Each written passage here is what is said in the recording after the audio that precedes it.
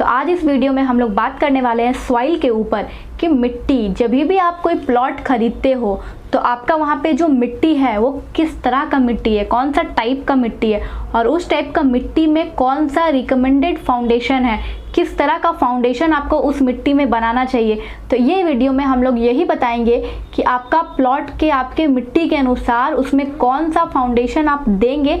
यही वीडियो में आपको इसकी जानकारी दी जाएगी, तो अंत तक बने रहिए। और लास्ट में हम लोग एक इम्पॉर्टेंट टिप्स बताने वाले हैं बैक फिलिंग करते हुए। जब भी आप प्लॉट कंस्ट्रक्शन करवाते हो तो रोड से आप थोड़ा सा बिल्डिंग ऊपर बनाते हो, तो जो आप बैक फिलिंग करते हो, या तो सैंड हो गया, सॉइल हो गया, स्टोन डस्ट हो गया, तो बैक फिलिंग करते हो तो उसका क्या प्रोसीजर होने वाला है, कैसे हम लोग उसको अच्छे से करेंगे, तो ये वीडियो के अंत में ये स्पेशल टिप रहने वाला है, इसलिए गाइस अंत तक बने रहिए। तो चलिए हम लोग जानते हैं सॉइल के टाइप। तो सबसे पहले जो हमारा सॉइल है वो है क्लेई सॉइल। जो क्लेई सॉइल है इसमें दो तरह का सॉइल पाया जाता है, लैटराइट सॉइल और ब्लैक कॉटन सॉइल। ये आपका कंस्ट्रक्शन के लिए उतना बेस्ट नहीं माना गया है। इसमें आपको रिकमेंडेड फाउंडेशन जो है वो आपको राफ्ट और मैट फुटिंग देना पड़ता है, या तो पाइल फाउंडेशन देना पड़ता है, क्योंकि ये लोड को, ज़्यादा लोड को, हैवी लोड को ये सह नहीं पाता है। तो इसमें क्या हम लोग पूरे में फाउंडेशन करते हैं, मैट और राफ्ट फुटिंग, यानी कि पूरे एरिया पे हम लोग फाउंडेशन करते हैं। और अगर वो नहीं करना है तो हम लोग पाइल फाउंडेशन देते हैं, जो रड टाइप का जो अंदर पाइलिंग करते हैं उस टाइप का फाउंडेशन हम लोग देते हैं, ताकि वो हैवी लोड को ईजिली वो डिस्ट्रीब्यूट कर पाए। तो हमारा जो ये टाइप है ये कंस्ट्रक्शन के लिए सही नहीं माना गया। और दूसरा जो हमारा टाइप है वो है loamy soil. Loamy soil is ideal for construction. As a engineer मैं बोल रही हूँ, या फिर आप भी जानते होंगे कि लूमी सॉइल जहाँ भी आपके प्लॉट पे है तो वो कंस्ट्रक्शन के लिए सही मिट्टी है। उसमें आप इजीली आपका रिकमेंडेड फाउंडेशन जो है वो आइसोलेटेड फुटिंग आप कर सकते हो, पैड, स्टेप या स्लोप्ड, इस टाइप का फुटिंग आप कर सकते हो उसमें इजीली। उसमें क्या होता है, उसका मिट्टी का जो कलर होता है वो डार्क होता है, मिट्टी सॉफ्ट होता है, भुरभुरी मिट्टी होता है, वो इजीली आपका जो बिल्डिंग का लोड है वो आराम से ले पाता है। तो इसमें नॉर्मल आप आइसोलेटेड फुटिंग आप दे दोगे, और ये क्या करता है, वाटर कंटेंट को ये बैलेंस कर लेता है, तो ये मिट्टी आपके लिए बेस्ट है। उसके बाद बात करते हैं डेजर्ट सॉइल का। डेजर्ट सॉइल में मॉइस्चर रहता ही नहीं है, मॉइस्चर एकदम नहीं रहता है, क्ले एकदम नहीं रहता, तो वो स्ट्रेंथ तो आपका नहीं कर पाता है। तो इसमें भी हम लोग मैट और पाइल फाउंडेशन देते हैं।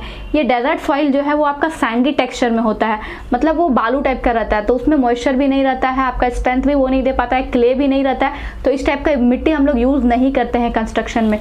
उसके बाद हमारा आता है सिल्टी सॉइल। सिल्टी सॉइल जो है वो स्मूथ रहता है, वो हम लोग यूज़ कर सकते हैं आइसोलेटेड फुटिंग, बट उसमें रिकमेंडेड फाउंडेशन जो है वो आइसोलेटेड फुटिंग होगा।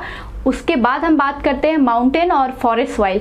अगर पहाड़ हल्का ऊंचाव में आपका ये प्लॉट है, या फिर फॉरेस्ट तरफ पे आपका प्लॉट है, माउंटेन या फॉरेस्ट सॉइल है आपके प्लॉट पे, तो आपको क्या करना है, साइट को अच्छे से देखना है, सॉइल का कैपेसिटी, बियरिंग कैपेसिटी, ये सब अच्छे से पता करवाना है। और वहाँ पे पाइल फाउंडेशन आपका अलाउ नहीं है। और अगर आपका प्लॉट जो है 25 डिग्री से स्टीपर है तो वहाँ पे कंस्ट्रक्शन करना अलाउ नहीं है।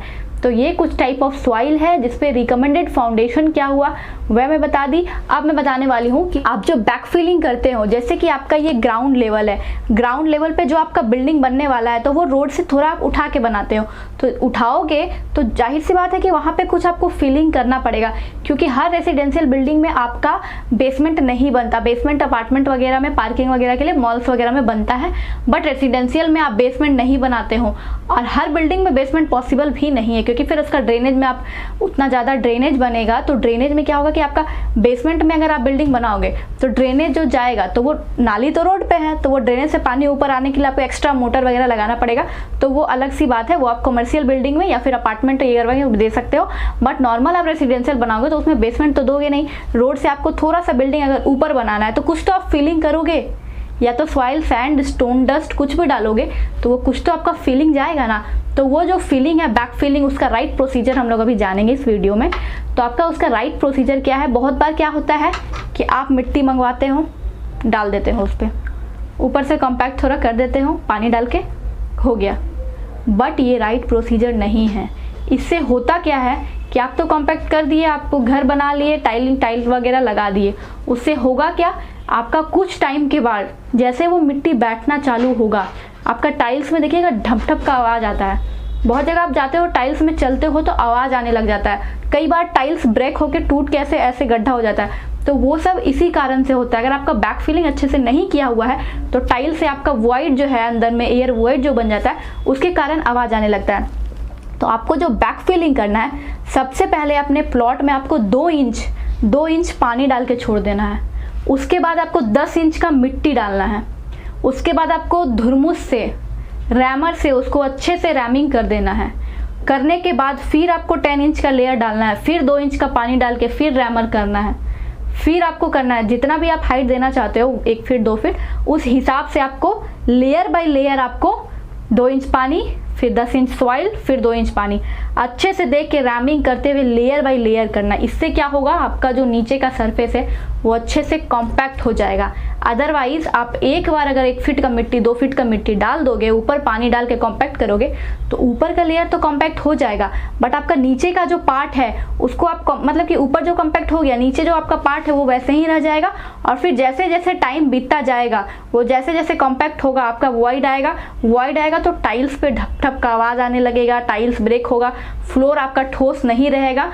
वो फिर टाइल्स हो या फिर फ्लोरिंग भी आप करते हो तो वो क्रैक वगैरह आ जाता है। तो इसीलिए आपको अच्छे से प्रॉपर रैमिंग करवा के देना है। और अगर आप ग्राउंड फ्लोर से अपना काम जो करवा रहे हो, तो आपको एक चीज़ ज़रूर करना है, एंटी टर्माइट केमिकल का छिड़काव, ताकि जो दीमक वगैरह है वो नीचे से आपके बिल्डिंग को, मिट्टी को घर बना के खोखला करता है, तो जिससे फिर आपका वो वुडन वर्क में भी पकड़ लेता है, तो वो आपका दिक्कत करता है। तो वो चीज़ आपको पहले ही एंटी केमिकल का छिड़काव अपने पूरे एरिया पे कर देना। उसके बाद अच्छे से सॉइल डाल के rhyming, soil water rhyming, soil water rhyming, layer by layer करना है, तब जाके आपका बैक फिलिंग कंप्लीट होगा। उसके बाद आप ऊपर की और बिल्डिंग और फ्लोरिंग करवा सकते हो।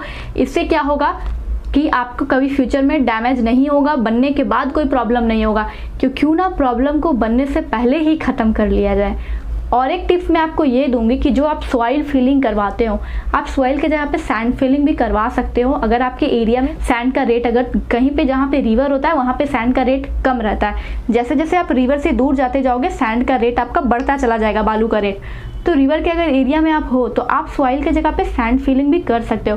सैंड फिलिंग क्या होता है कि वो आपका डलाता है तो वो प्रॉपर कॉम्पैक्ट हो जाता है एक ही बार में, पर सॉइल जो है, मिट्टी जो है, वो धीरे धीरे कॉम्पैक्ट होता है टाइम टू टाइम, पर सैंड आपका कॉम्पैक्ट हो जाता है ओवरऑल। तो आप सैंड का भी यूज़ करोगे तो आपके लिए वो बैक फिलिंग के लिए ठीक रहेगा।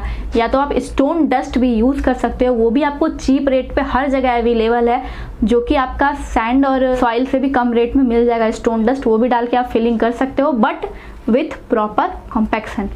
तो गाइज़, अगर ये वीडियो आपको अच्छा लगा हो, ये जो जानकारी आपको मिली, अगर आपको ये फ़ायदेमंद लगा हो, तो इस वीडियो को एक शेयर जरूर करना। एंड गाइज़, मिलते हैं अगले वीडियो में, तब तक के लिए बने रहिए हमारे साथ to build your dream. Do like, share, subscribe and ring the bell icon. Bye bye.